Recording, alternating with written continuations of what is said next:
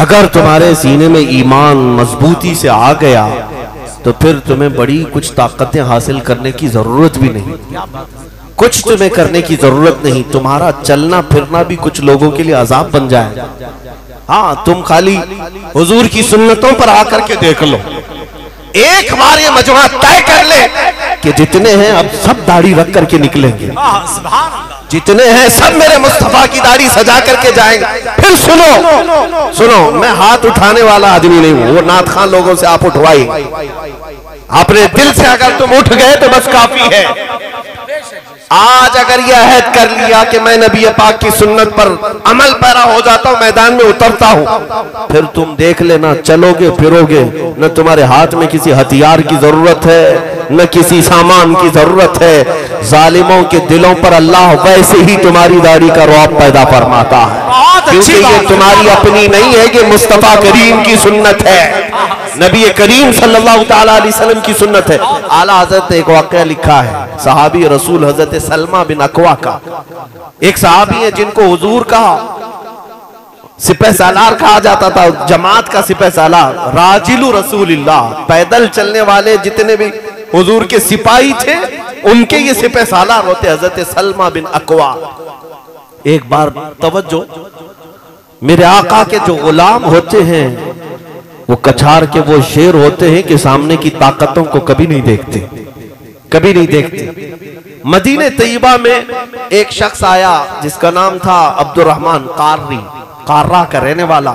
400 लोगों को लेकर रात के वक्त आया और एक बागीचे में हमला किया, आग लगा दिया, दरख्त जलने लग गए और बहुत सारा वहां पर जो माल था, खजूरें, सामान, सब लूट करके भागने लगा। रात के वक्त सब सोए हुए थे और रास्ते में कोई नहीं था, सिर्फ हजरत सलमा बिन अकवा, ये एक ही साहबी थे। ये जिंदगी भर घोड़े पर सफर नहीं की, जहां जाते थे पैदल जाते थे, पैदल ही। इनको राजिल कहा जाता है, सिर्फ पैरों से चलने वाला। उस जमाने की सवारी थी घोड़ा। 400 लोग जब लूट मार करके मदीने से जा रहे हैं और कोई नहीं रास्ते में, ये तन्हा है हजरत सलमा बिन अकवा। क्या करना चाहिए? मुंह छुपा ले दीवार के पीछे। अल्लाह अकबर, जब मैं वो वाकया पढ़ रहा था मेरे रोंगटे खड़े हो गए। सलमा बिन अकवा अपने यहाँ जहां खड़े थे वहीं से उठ गए और कहा, इन दुश्मनों का पीछा करूंगा, एक भी खजूर अगर इनके जेब में बाकी रही मदीने की, उस वक्त तक लड़ता रहूंगा, छोड़ूंगा नहीं। निकल पड़े। अरे 400 लोगों का पीछा करते हुए अकेले जा रहे हैं। और हैरत की बात यह, रिवायात में वो 400 डर के भाग भी रहे। अरे पलट करके आते एक आदमी था, मार देते, नहीं, वो भगाए जा रहे, वो घोड़ों पर है और ये पैदल है। इसलिए मैं कहता हूं, क्या दबे जिस पे हिमायत का हो पंजा है। आला हज़रत गौसे पाक के बारे में कहा है, और जिस पर हिमायत का पंजा मेरे मुस्तफा का हो, वो किस बात से डरेगा। सलमा बिन अकवा दौड़ाने लग गए, दौड़ाने लग गए।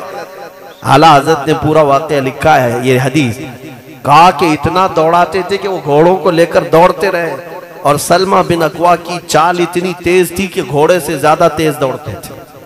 और दौड़कर जब कभी कोई हाथ में आ जाता घोड़े पर बैठा हुआ, उसकी टांग खींचते, नीचे गिरता तो उसकी गर्दन पर पैर रखकर आगे भागते, वो वहीं पर तड़पता रहता। कितनों को उस काफिले से टांग खींच खींच करके गिराया और मारते चले गए। वो 400 लोग घबराए हुए हैं एक सलमा बिन अकवा से, एक नबी पाक के गुलाम से। मेरे अजीजों, मैं ये बात क्यों अर्ज कर रहा हूं, तवज्जो। अक्ल इस बात को तस्लीम नहीं करती ना, अक्ल इस बात को नहीं मानती कि ऐसा कैसे एक आदमी 10 से भी नहीं लड़ पाता, 400 की बात। हाँ, अगर अल्लाह चाहे, अगर मौला चाहे तो एक का रौब 1000 पर भी डाल सकता है, 1000 पर भी डाल सकता है। क्या आपने नहीं देखा? अरे वो तो सहाबी रसूल है, मेरे मुस्तफा के गुलाम है, उनके बाद बहुत जमाने के औलिया कामिलीन आए। अरे मैं अपने उम्मत की एक छोटी सी बच्ची की भी मिसाल देता हूं।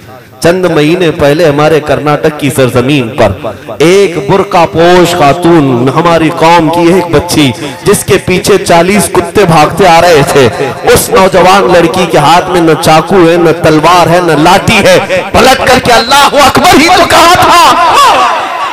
और क्या कहा? अगर एक हिजाब वाली खातून के पीछे 40 कुत्ते दौड़कर आते हैं और हाथ तक नहीं लगा सकते, तो इस बात को तस्लीम करो ऐ मोमिनो, जब मौला चाहे तो लफ्ज़ अल्लाहु अकबर का रौब हजारों के सीनों पर डाल सकता है। बेशक हक है, वो मौला कादिर है, जब्बार है।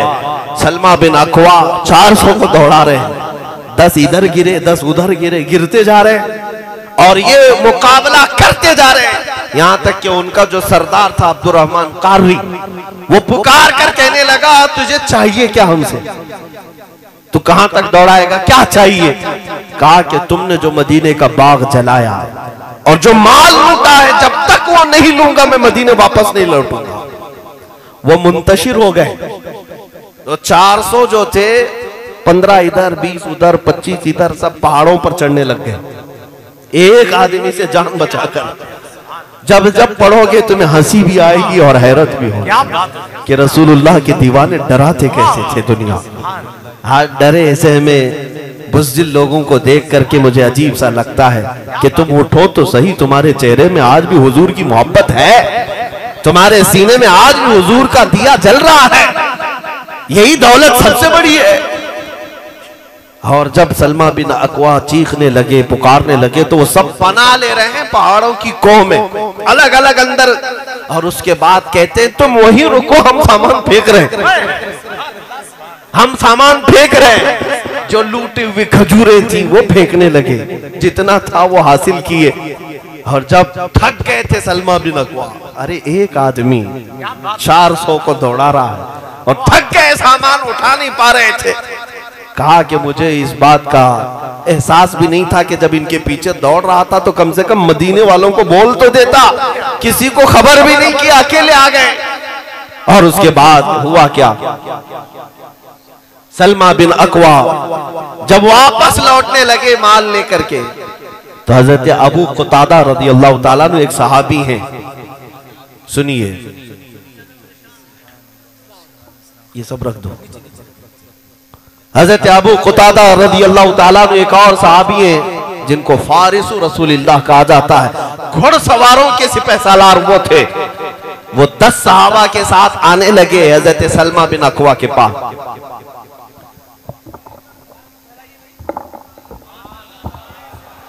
देखना है ना, उसको पीछे कर ले, बहुत अच्छा, उसको पीछे करिए।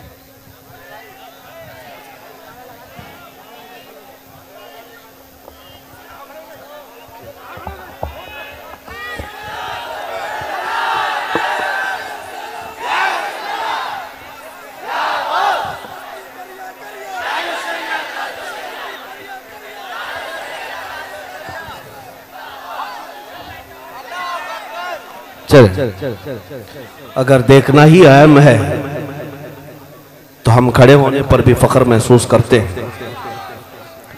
हजरत सलमा बिन अकवा के पास एक सहाबी आए, हजरत अबू कुतादा 10 सहाबा को लेकर सवार, और बीच रास्ते में आए, कहा कि सलमा बिन अकवा हम तुम्हारी मदद के लिए आए, हम तुम्हारी मदद के लिए आए, चलो उनको और दौड़ाते हैं।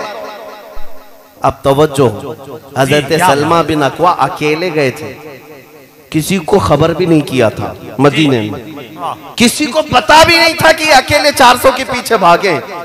ये 10 मदद के लिए कहां से आए, इनको किसने बताया? हजरत अबू कुतादा से हजरत सलमा बिन अकवा ने पूछा कि तुम अचानक ऐसे कैसे आ गए मेरी मदद के लिए, ये मदीने से काफी दूर है, पहाड़ी इलाका है, यहां तुम कैसे आए?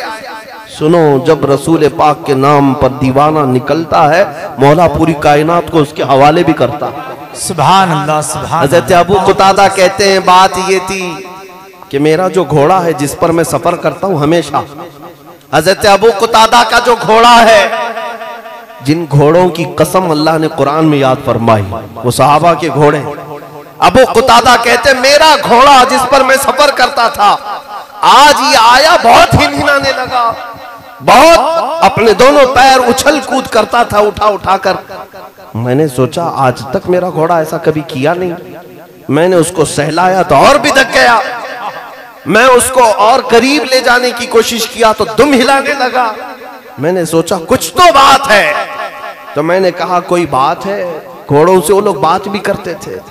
तो घोड़ा अपनी पीठ को हिलाने लगा जैसे कि सवार होने की बात कर रहा है। अबू कुतादा कहते हैं मैं समझ गया कि मेरा घोड़ा कुछ चाहता है, पानी पीना चाहता होगा, कुछ चरना चाहता होगा। मैं पीठ पर सवार हुआ और ये घोड़ा है जो मुझे तुझ तक पहुंचाया है, और किसी ने नहीं बताया, मेरे इस घोड़े ने बताया। अब मुझे बताओ उस घोड़े को खबर कैसे कि सलमा बिन अकवा अकेले लड़ रहे हैं। मेरे अजीजों, इस बात को पढ़ने के बाद हमें एहसास होता है नामों से रिसालत की हिफाजत के लिए अगर मैदान में उतरोगे तो अल्लाह हर जानवर को भी तुम्हारा मुत्तबा फरमा, बहुत अच्छा हज़रत, जिंदाबाद, तुम्हारे लिए मुसख्खर फरमा देगा, कायनात को तुम्हारे हवाले करेगा।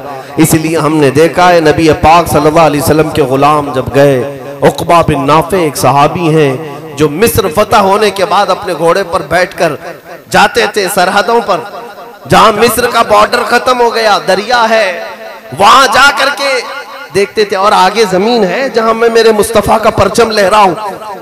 जमीन खत्म हो गई, समंदर आ गया। हजरत उक़बा बिन नाफे चांद की तरफ देखते थे और अपने घोड़े को एड़ लगा कर कहते थे काश अगर मेरा घोड़ा दौड़कर चांद में जाता तो वहां पर भी मैं मेरे नबी का परचम लहराता। ये जज्बा था उन सहाबा का, उनकी कोई सरहदें नहीं थी। हाँ, वो निकले थे तो अब अपने हबीब पाक के नाम पर।